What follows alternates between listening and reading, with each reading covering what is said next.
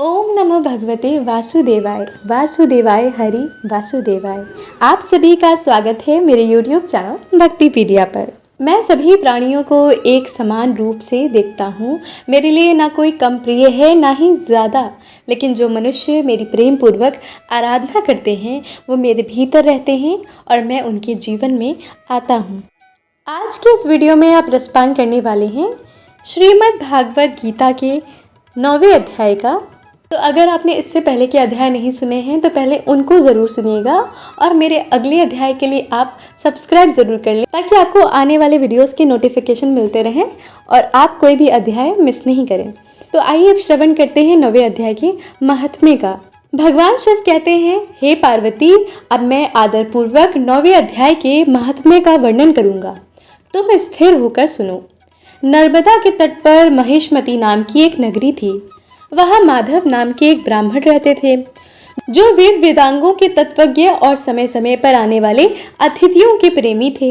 उन्होंने विद्या के द्वारा बहुत धन कमाकर एक महान यज्ञ का अनुष्ठान प्रारंभ किया। उस यज्ञ में बलि देने के लिए एक बकरा मंगाया। जब उसके शरीर की पूजा हो गई तब सबको आश्चर्य में डालते हुए उस बकरे ने हंसकर उच्च स्वर में कहा, ब्राह्मण, इन बहुत से यज्ञों द्वारा क्या लाभ है? इनका फल तो नष्ट हो जाने वाला तथा ये जन्म, जरा और मृत्यु के भी कारण है। ये सब करने पर भी मेरी जो वर्तमान दशा है इसे देख लो। बकरे के इस अत्यंत कौतूहल जनक वचन को सुनकर यज्ञ मंडप में रहने वाले सभी लोग बहुत ही विस्मित हुए। तब वे यजमान ब्राह्मण हाथ जोड़कर अपलक नेत्रों से देखते हुए बकरे को प्रणाम करके आदर के साथ पूछने लगे। ब्राह्मण बोले, आप किस जाति के हैं? आपका स्वभाव और आचरण कैसा है? तथा जिस कर्म से आपको बकरे की योनि प्राप्त हुई, ये सब मुझे बताइए। बकरा बोला, ब्राह्मण, मैं पूर्व जन्म में ब्राह्मणों के अत्यंत निर्मल कुल में उत्पन्न हुआ था। समस्त यज्ञों का अनुष्ठान करने वाला और वेद विद्या से प्रवीण था। एक दिन मेरी स्त्री ने भगवती दुर्गा की भक्ति से विनम्र होकर अपने बालक के रोग की शांति के लिए बलि देने के लिए निमित्त मुझसे एक बकरा मांगा।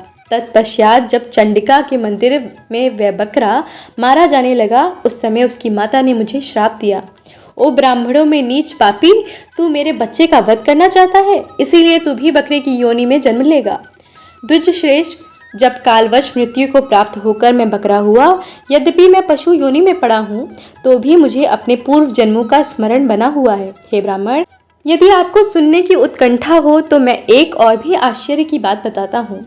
कुरुक्षेत्र नामक एक नगर में जो मोक्ष प्रदान करने वाला है, वहाँ चंद्र शर्मा नामक एक सूर्यवंशी राजा रहते थे। वहाँ चंद्र शर्मा नामक एक सूर्यवंशी राजा राज्य करते थे। एक समय जब सूर्य ग्रहण लगा तब राजा ने बड़ी श्रद्धा के साथ काल पुरुष का दान करने की तैयारी की। उन्होंने वेद वेदांगों के पारगामी एक विद्वान ब्राह्मण को बुलवाया और पुरोहित के साथ वे तीर्थ के पावन जल में स्नान करने को चले और 2 वस्त्र धारण किए।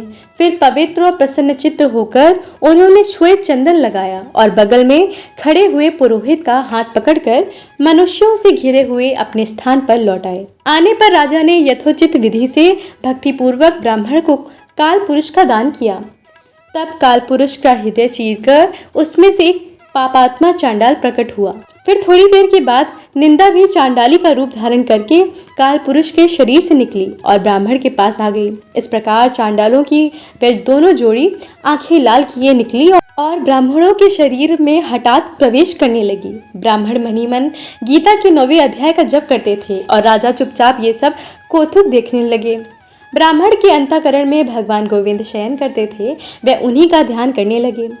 ब्राह्मण ने जब गीता के 9वें अध्याय का जप करते हुए अपने भगवान का ध्यान किया, उस समय गीता के अक्षरों से प्रकट हुए विष्णु दूतों द्वारा पीड़ित होकर वे दोनों चंडाल भाग चले। उनका उद्योग निष्फल हो गया। इस प्रकार इस घटना को प्रत्यक्ष देखकर राजा के नेत्र आश्चर्य से चकित हो उठे। उन्होंने ब्राह्मण से पूछा, विप्रवर, इस भयंकर आपत्ति को आपने कैसे पार किया? आप किस मंत्र का जप तथा किस देवता का स्मरण कर रहे थे? वह पुरुष तथा स्त्री कौन थी? वे दोनों कैसे उपस्थित हुए? फिर वे शांत कैसे हो गए? ये सब मुझे बताइए। ब्राह्मण ने कहा, राजन, चांडाल का रूप धारण करके भयंकर पाप ही प्रकट हुआ था तथा वह स्त्री निंदा की साक्षात मूर्ति थी। मैं इन दोनों को ऐसा ही समझता हूँ। उस समय मैं गीता के 9वें अध्याय के मंत्रों की माला जपता था। उसी का महात्म्य है कि सारा संकट दूर हो गया। महीपते, मैं नित्य ही गीता के 9वें अध्याय का जप करता हूँ। उसी के प्रभाव से ग्रह जनित आपत्तियों के पार हो सका हूँ। ये सुनकर राजा ने उसी ब्राह्मण से गीता के 9वें अध्याय का अभ्यास किया। फिर वे दोनों ही परम शांति मोक्ष को प्राप्त हो गए। ये कथा सुनकर ब्राह्मण ने बकरे को बंधन से मुक्त कर दिया और गीता के 9वें अध्याय के अभ्यास से परम गति को प्राप्त किया। ये था गीता का आज का अध्याय। अगला अध्याय भी आप ज़रूर सुनिएगा। अगर आपको ये वीडियो पसंद आया है तो वीडियो को लाइक ज़रूर कीजिएगा, और अगर आप मेरे चैनल पर पहली बार आए हैं तो चैनल को भी सब्सक्राइब कीजिएगा। और हाँ, कमेंट में हरे कृष्णा लिखना बिल्कुल मत भूलिएगा। आप सभी पर नारायण कृपा करें।